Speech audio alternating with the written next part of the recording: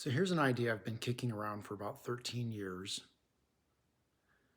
I think I had to get old enough, 52 now, to sort of put it together. And the idea is this. It's equating the concept of potential energy and kinetic energy in physics to, life and the development of life and how we progress over time and how life changes over time. And it sort of reminded me to revisit this. I was listening to a podcast and someone mentioned the idea of a time billionaire. And this idea that when you're young and you have lots of potential, you're time rich.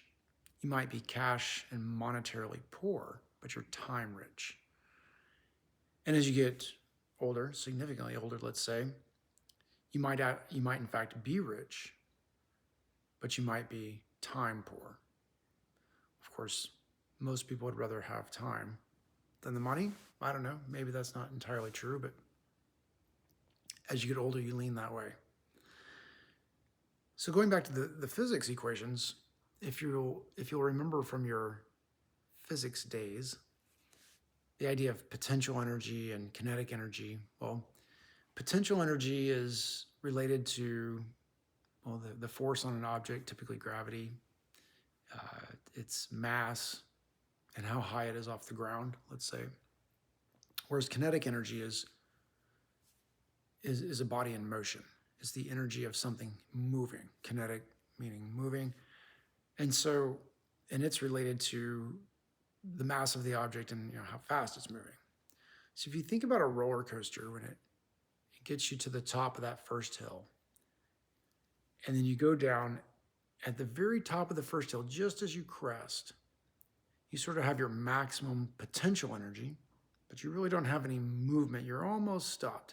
And then you crest over and you accelerate down. You're converting that potential energy that you have at the crest to kinetic energy as you accelerate and increase your velocity going down. And when you get to the trough, the bottom, you sort of have maximum kinetic energy and minimum potential energy. And you zoom back up the other side.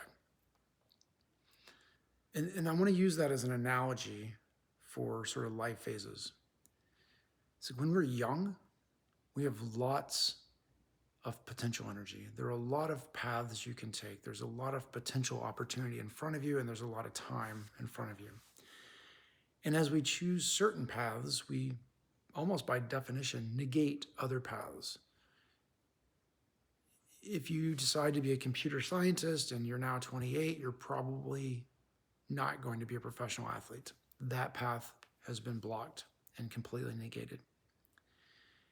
Just because you didn't train, right, when you were young. And at a certain point, certain paths are no longer available. Now, it doesn't mean you can't start a path and change your mind and go down a different path, and that happens as well.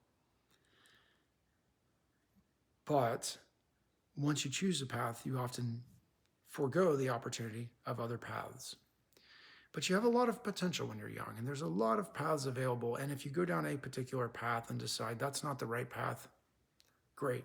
You can always just choose another path, and there's time and potential to be able to do that. Now, sometimes we add friction to our lives, and sometimes friction is added to our lives at no fault of our own. And that does prevent us from changing the potential energy we have into kinetic energy. It slows us down. In the analogy of the roller coaster, if there's a lot of friction on the roller coaster, it may not make it up that next hill. But that aside for a minute, and let's just talk about, as we have lots of potential in our youth and we begin to be good at something, let's say you're in your 20s and you found a skill, you found a profession, you become good at it, you work hard, and you start making progress and momentum into a certain pathway of life, well, that's your kinetic energy. You're headed down a path and you've converted at least a chunk of your potential into some forward motion in a particular area. And maybe that's your job, and maybe that's your career, and maybe that's your family life, and maybe that's your friends and acquaintances, and maybe that's your civic duties, whatever it is. You're doing things. And doing things is progress, and progress is action, and action is motion, and motion and velocity are kinetic energy. I hope that makes sense. Well, in the roller coaster analogy, you get your maximum kinetic energy and you go back up the next hill. And I was thinking about this 13 years ago. What's the analogy? How do you convert your kinetic energy back to potential energy? And it's this. It's two ways. The first way is in doing things, and sometimes in encountering friction along the way, you learn some things. And when you learn some things, you have the opportunity to extrapolate wisdom from those things. Certainly knowledge, but hopefully wisdom. And when you extract the wisdom, you then retain that. And you have the ability to then pass that wisdom on to those who are younger, who are coming behind you, who are full of potential. And in doing so, you recapture the potential energy, not within yourself, but you bequeath it to those who are coming behind you. Mentoring, advice, that sort of thing. So in effect, you've increased their potential before they even start. And that's one way you can recapture that kinetic energy, is to boost the generation behind you. The second way is, really it's about our own memories. And in life, as you progress through certain things in life, it looks something like this. It's nebulous and you don't know what to do. You think of things you would like to do. You begin to do those things. So we have this idea of things that I would like to do, things that I am doing, things that I have done, things that I remember having done, lessons I've learned from those things I have done. Something like that is the path. And there's value in those memories. And as you get older, your memories are fun. I mean, I can live for long periods of time just reflecting on my memories and the things that I have done, or maybe the things I chose not to do, and to think about those a lot. And that's also, in a sense, recapturing some of that kinetic energy, because you've converted your potential into actions, and those actions become things you have done in the past that are now stored as potential energy in your memory. Well, what's the purpose of your memory? Well, it's not necessarily to remember exactly how everything happened, but to maybe get the knowledge of some nugget of wisdom out of that memory.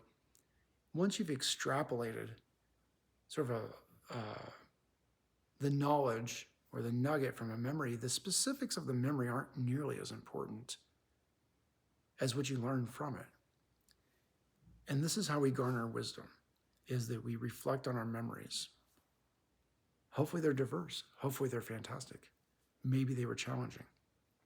In any of those cases, you reflect on it and you take a variety of life experiences and you begin to see motifs of action, outcome, action, outcome, action, outcome. And you begin to say, well, every time this action happens, that outcome happens. And well, that gives us a sense of being able to predict what might happen next if we give that same path, that same action.